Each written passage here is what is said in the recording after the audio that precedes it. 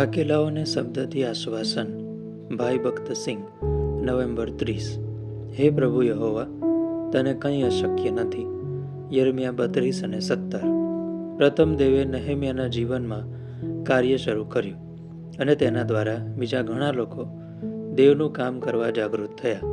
ઇતિહાસમાં આપણે જોઈએ છીએ કે કેવી રીતે વારંવાર દેવ એક વિશ્વાસુ સેવક અથવા તેના લોકોનો એક નાનો શેષ ઊભો કરે છે જે તેમનું કાર્ય ફરીથી શરૂ કરી શકે. પ્રભુએ હંમેશા થોડાઓના વિશ્વાસુપણાને કારણે પોતાના લોકો માટે મહાન કામો કર્યા છે. દેવ ઈચ્છે છે કે આપણે દરેક વ્યક્તિ આ શેષનો ભાગ બનીએ, જેમના વિશ્વાસુપણા અને મધ્યસ્થી દ્વારા દેવ તેમની યોજના અને દૈવી હેતુ પ્રમાણે કાર્ય કરે.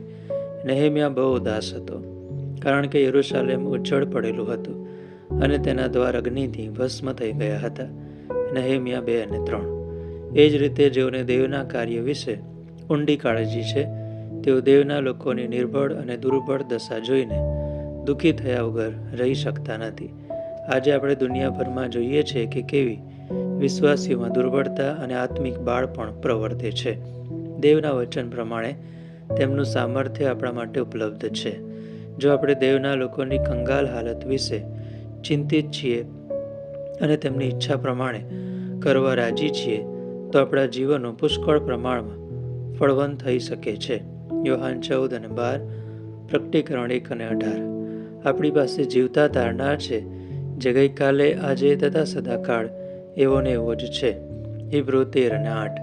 જ્યારે આપણે દેવની આજ્ઞા પૂર્ણ રીતે માનવામાં નિષ્ફળ જઈએ છીએ, ત્યારે આપણા જીવનો ઉજ્જળ બની જાય છે અને આપણે નિષ્ફળતા, હાર અને આત્મિક બાળપણ અનુભવીએ છીએ.